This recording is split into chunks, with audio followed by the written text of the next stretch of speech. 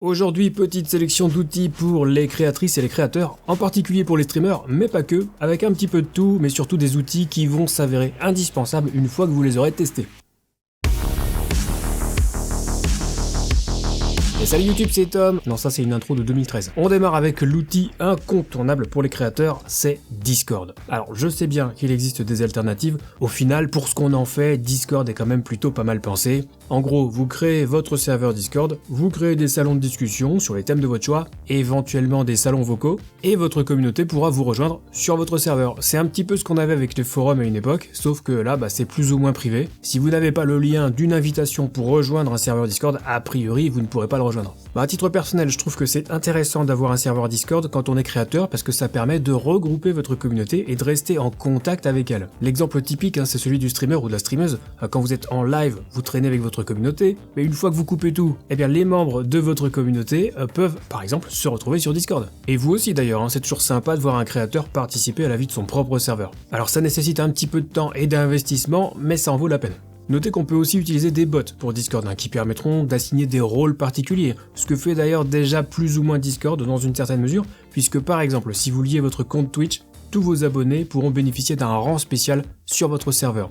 Vous pourrez ainsi leur réserver un salon rien qu'à eux, où vous donnerez des informations exclusives, ce genre de choses. Bref, ayez de l'imagination, créez votre serveur et surtout occupez-vous-en. Il n'y a rien de pire qu'un serveur fantôme avec un créateur qui passe une fois tous les 6 mois. Mis à part ça, c'est vraiment un super outil communautaire. On passe à Tropi, qui est un outil pour les streamers et même plus globalement pour les créateurs de contenu aussi, qui va permettre de développer votre marque et de faire grandir votre communauté via un système de tâches et de récompenses qui est plutôt sympa. En gros, donc votre communauté va effectuer des tâches, gagner des points, et en échange de ces points, on pourra récupérer des récompenses. On fait difficilement plus simple. Alors on peut bien sûr personnaliser les récompenses, définir le nombre de gagnants, les dates de début et de fin d'opération. On peut aussi bien entendu définir les tâches à accomplir qui donneront donc des points pour récupérer les fameuses récompenses. Ces tâches sont très variées, il y a plus de 80 modèles, de suivre sur les réseaux sociaux, liker une publi, visiter un site internet, lâcher son email ou tout simplement visiter la page Tropi tous les jours. Mais on peut aussi se creuser la tête pour trouver ses propres idées. Moi j'aime bien le shootout personnalisé sur les réseaux sociaux. En gros, celui qui récupère la récompense aura droit à un tweet par exemple avec son pseudo, ça peut être cool. Et au final on aura une adresse de type tropi.com/votre pseudo pour regrouper les tâches et les récompenses, donc dépêchez-vous de vous inscrire si vous voulez une URL avec votre pseudo avant qu'elle soit prise. Moi j'ai réussi à récupérer tropi.com/tomtom par exemple.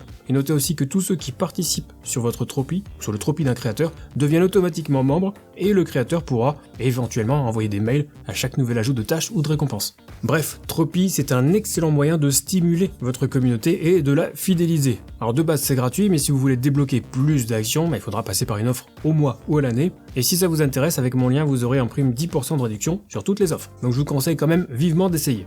CapCut maintenant, c'est une application de montage vidéo qui est relativement simple, mais terriblement efficace. Elle est compatible avec mobile et disponible aussi bien entendu sur PC, et son succès vient notamment du fait que l'appli soit très accessible sur mobile, parce qu'elle propose une interface simple, on peut appliquer des filtres, des musiques, des sous-titres, il existe des modèles pouvant servir de base, tout ça pour faire des clips sympas pour TikTok ou YouTube Shorts par exemple. Alors ce qui est pas mal avec CapCut, c'est sa fonctionnalité qui permet de générer automatiquement des sous-titres. Sur un logiciel de montage traditionnel, avant il fallait ajouter un texte, le caler sur la vidéo, sur la voix, répéter pour chaque mot ou expression. Là ça se fait tout seul grâce à une IA. Et même si c'est pas parfait, ça fait une énorme partie du boulot à notre place et il faudra juste corriger un petit peu. C'est donc un gain de temps considérable pour les créateurs qui veulent faire des clips. Alors on pourra aussi ajouter de la musique, des effets sonores au besoin, sachant que les musiques sont soumises aux droits d'auteur, mais que vous pouvez les exploiter en prenant un abonnement payant. Sinon vous pouvez aussi ajouter votre propre musique, il y a même une option pour supprimer l'arrière-plan, ça se fait pas mal en ce moment, on peut ajouter des transitions, etc. Au final ça comprend l'essentiel de ce dont on a besoin pour faire des petits clips sympas au format vertical, et notez qu'il existe une version pro plus complète, comme souvent, pour débloquer toutes les fonctionnalités et bénéficier de 100 Go d'espace de stockage en prime. Donc voilà, si vous comptez l'utiliser souvent, ça peut être une option. Là on va passer à l'étape du dessus avec DaVinci Resolve. Là on est sur un logiciel de montage vidéo beaucoup plus complet que CapCut, avec une interface moderne, c'est une des applications en vogue en ce moment parmi les créateurs. Personnellement, j'ai toujours monté sur Vegas. J'avais essayé la suite Adobe, mais je trouve que ce sont des usines à gaz, que ce soit Photoshop ou Premiere Pro. Et pour le coup, quand j'ai testé DaVinci Resolve, j'ai trouvé ça quand même plus intuitif. En plus, il commence à y avoir pas mal de tutoriels, c'est vraiment une bonne solution si vous cherchez un logiciel de montage efficace. Il existe en version gratuite et en version payante. Et très honnêtement, la version gratuite est largement suffisante pour du montage simple. Donc à moins que vous ne vouliez devenir monteur pro, c'est pas la peine de passer sur la version payante. Et un autre aspect intéressant avec DaVinci Resolve, c'est que comme l'appli a gagné en popularité ces dernières années, on trouve aussi pas mal de templates ou de modèles tout faits. En gros, vous importez le projet d'un modèle, par exemple une intro avec un logo, vous remplacez le logo du template par le vôtre, et bim, tout est prêt, vous n'avez plus qu'à exporter votre vidéo. Sachant qu'on trouve des templates gratuits en cherchant un petit peu.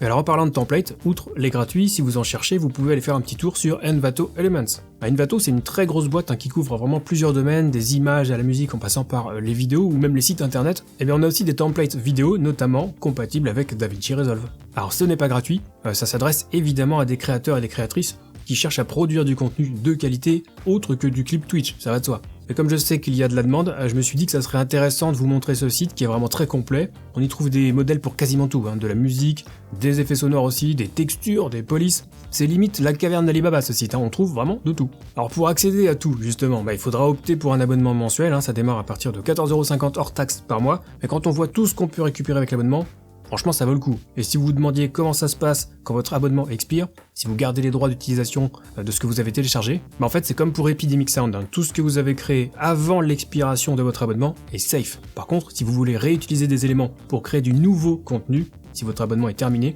il faudra reprendre un abonnement. Mais encore une fois, tout le contenu déjà créé est safe. Donc voilà, c'est un très bon site qui plaira aux créateurs en général.